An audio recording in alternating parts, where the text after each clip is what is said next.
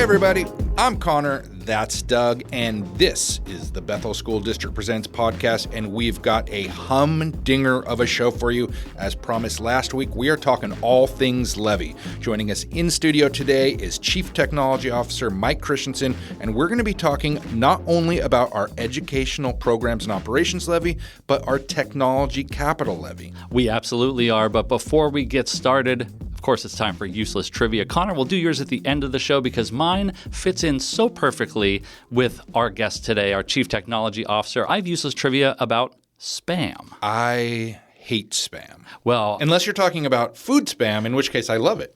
Well, perfect, because I am talking about food spam. So my fun fact is that spam is actually 92% meat.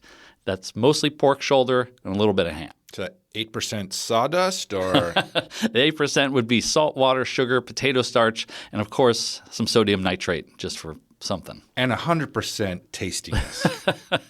Well, because it's so much meat, Hormel says that it's actually supposed to be much less sketchy than what you find in your standard hot dog. I believe it. My standard hot dog is pretty sketchy. Well, my final fun fact as part of my useless trivia is that Hormel produces 44,000 cans of Spam every hour. That's a lot. It is a lot. Well, we're going to be talking spam and cybersecurity with our Chief Technology Officer in just a few minutes. But over the summer, our school board held a study session, this is a third in a series, to discuss our upcoming renewal of two of our levies, our Educational Programs and Operations Levy, call that the EP&O Levy, and our Technology Capital Levy. And just as a reminder, our EP&O levy makes up 11% of our district's total budget, helps pay for critical things like safety and security, special education programs, and extra transportation costs. Those are items the state does not fully fund. And those levy dollars also provide opportunities for our students. It gives them the chance to be creative in visual arts, perform in band, choir, and orchestra, and participate in team sports and other extracurriculars. So very important stuff, but we also have a Technology Capital Levy. And to help us talk about that, we have a very special guest joining us this week, our Chief Technology Officer, Mike Christensen. Mike, thanks so much for joining us. You're welcome. It's good to see you guys again. So before we even get into the tech levy, which is very important, I want to talk about fake Starbucks cards, fake Amazon gift cards, and more. Your team earlier this year put on not one but two phishing campaigns for our staff to see if staff would open certain emails with certain promises inside. So I was shaving one morning and got an email that said, you have a free Starbucks card from Bethel Community Family or something like that. And so I was like, cool. And I was really craving a Starbucks and I almost clicked it. Sounds about right. And then I thought, Bethel Community, we don't have a group called that. So then I scroll down and start looking into the fine print and stuff like that, which is what you didn't want me to do. Or maybe it is what you wanted me to do. Tell us about that campaign. Yeah, we're not trying to make anyone feel bad, but we are trying to see, how tempting are emails that promise free stuff like Starbucks. One of the weakest links in any kind of security posture for any organization is people. So we want to provide more education and more awareness, and so not only get employees to protect our district, but protect their own personal network security and their accounts and everything else. Yeah, it was really good test and a very, very cool informational campaign. Yeah, and we're going to talk a lot more about security, but let's jump right back into the Technology Capital Levy. That's allowed every student in our district to have access to a personal iPad for nearly a decade now. So, Mike, thinking back to the early 2010s, why did we as a district choose Apple products instead of another brand, and has that been a good choice for our students? Yeah, great question. So, 2014 was our year that our levy passed for the first time, but in 2013 and in 14, we started doing pilots. So we got a lot of devices from Dell, from Apple, from Google, Chromebooks, iPads, laptops, and we did a test with two different schools. We did extensive pilots and got feedback from all of our users. And overwhelmingly, the Apple iPad was picked. And I believe it came, for a number of reasons. It was small, it's lightweight, it's very interactive, easy to use. Educationally, also Apple had the biggest educational ecosystem. You can use the apps, many of them offline or online, which was important to us at the time, especially with Wi-Fi not what it was today back then. End of the day, I think overall it's been a good value for the district and it's been successful in my opinion. So thinking about 21,000 iPads in our district, what's the process like for swapping these things out? Obviously, the ones we bought in 2014, we didn't even buy all of them in 2014. You had to buy them over time because of the way the capital levy works. But what's the process of swapping these things out? How long does an iPad last? And then how's your team deal with these thousands of iPads that come in over the summer? Yeah, I think one of our hardest aspects is really finding space for all the iPads when they get delivered, and then when we are getting a new delivery, which now we do by grade bands, so all of our grades have the same device and the teachers have the same device for that period of time. So elementary, for example, is 10,000 iPads, and those get swapped out all at once every 3 to 4 years. We have to collect all the iPads and bring them into the warehouse. Same time, we're getting delivered 10,000. So we literally have 20,000 iPads at one time waiting for some switcheroo. And so we have to prepare, of course, all the new iPads. We've automated systems over the last decade. So right now we can reset all elementary iPads in 3 days. It used to take us 3 days per elementary. Wow, so it's kind of a amazing. scale of how technology evolved and how the tools we're able to deploy to make ourselves more efficient and put our staff onto other projects. So it's not as complicated as it used to be because of we've done it for 10 years now. But at the same time, we have new tools that we're able to utilize to make ourselves more efficient. So when you've swapped out those 10,000 iPads, what happens to the old ones? Well, we work with a number of resellers. We kind of pit them against each other to give us the best price possible, and we sell them back. We've added millions of dollars back into our tech levy budget funds to replace devices and keep the overall budget on track, give us some monies to reinvest in our network and our Wi-Fi. And it's been a really good return on investment. They're just a very valuable product out in the marketplace. And compared to a Chromebook, districts usually give them away or sell them for $5. Our devices are just too valuable at the end of their life cycle to do that. And so, again, it's really reinvesting those funds back into the district and helping provide more technology in the classroom. That's awesome. I love that we're doing that for our students, for our community, and for our voters who are putting money in. Their dollars are actually going even farther than they thought. Yeah, still a really big process, but without a good infrastructure, all those iPads wouldn't be very useful. The Technology Capital Levy also pays for our internet and Wi-Fi systems, our data center and servers, hardware, software, mobile hotspots, and the critically important internet security that we've been talking about. Absolutely. Keeping kids safe is our top priority here in Bethel. And did you know that Bethel is one of the only districts in Washington to have implemented two-factor authentication for all of our students and our staff? Mike, tell us what that means, and especially what does that mean for a kindergartner? Not every kindergartner has a cell phone. Probably. I'm maybe speaking out of turn. Maybe they do. But two-factor authentication to me means I have to go to my phone and then click something, and then I'm allowed in on my laptop. Yeah, like as you said, once you put your password in, for those that maybe don't use the word two-factor, then the device or the account wants you to do one more thing to say, I am not a robot. I am the person that owns this account. And typically it is a phone, text message with a code, put the code in, and now you can access your bank account. So we wanted to have that level of security for all of our staff and our students.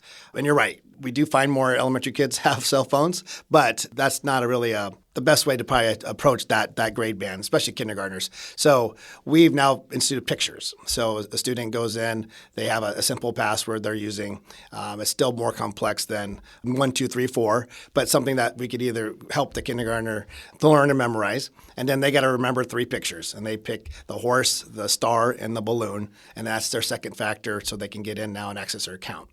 We're working on other ways to make it even easier for them, but also provide the extra layer of security. So nothing to promise now, but we're hoping even to make it easier for young students in particular to access their devices and get to learning. We don't want to take time out of the day because someone can't log in. So we're working hard on that, making that easier process. Yeah, but keeping them safe online is critically important. And honestly, learning about two-factor authentication as a kindergartner, you're getting them ready for life. That's the way it'll probably be 3-factor or 4-factor by the time they graduate. Yeah, and if you don't have it on your accounts, go do it today on all of them. Oh, absolutely.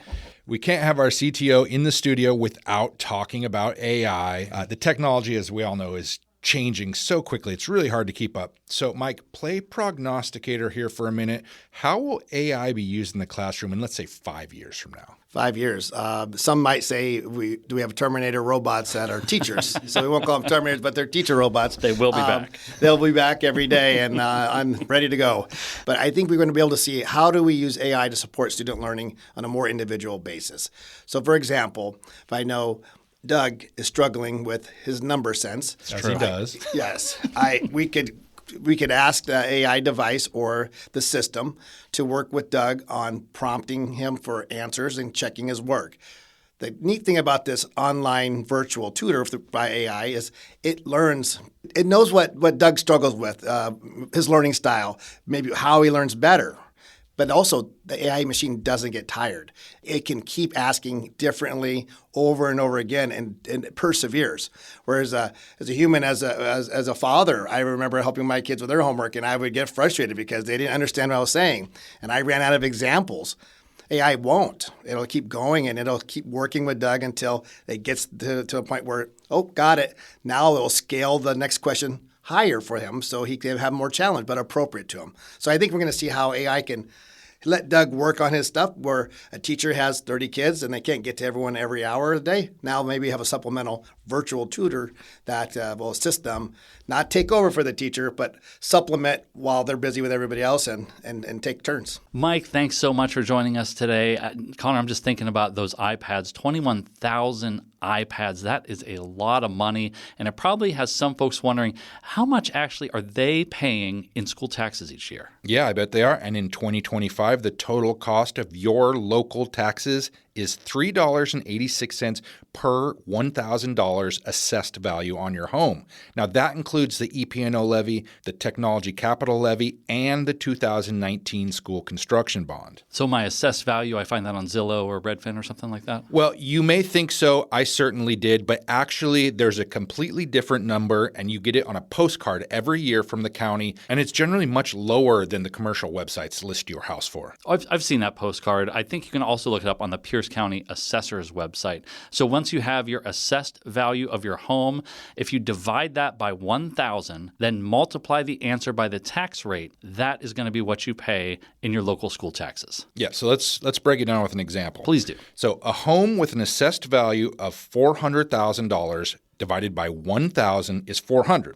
400 multiplied by a 3.86 tax rate gives you $1,544. So $1,544 would be the amount someone with a $400,000 home is currently paying in 2025 local school taxes. Does that make sense, Doug? Yeah, that makes it pretty easy. And thank you to our voters, as always. Now, these two levies are set to expire and need to be renewed next year. Like we said, they are 11% of our district's budget. And at a summer study session, Superintendent Brian Lowney presented 3 potential examples of ballot measures that would go to the school board, all of which included renewing the EP&O levy and the Technology Capital Levy. One included a bond as recommended by the Facilities Task Force, and another included a capital levy to allow the district to take care of critical infrastructure repairs to maintain our current facilities. And each of those examples you can read about at bethlsd.org/news, but they would impact the local tax rate in different ways. And the school board will continue discussing this topic this fall to determine what they want to put on the ballot in 2026. And as always, their job is to balance the needs of the district with the fiscal responsibilities of our local taxpayers.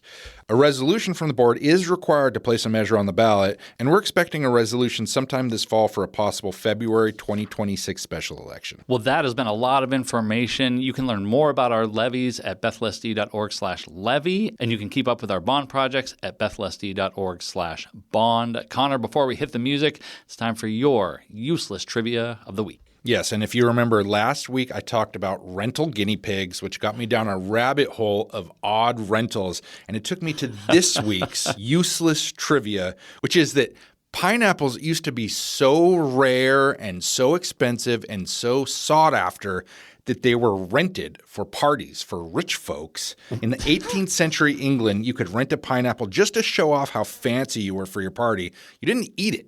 You gave it back afterwards, so it could be rented again. But pineapples cost as much as $8,000 in today's dollars back then because they were so rare. Really? So bougie people just rented them. Renting a pine? I thought the only person that did that was SpongeBob SquarePants.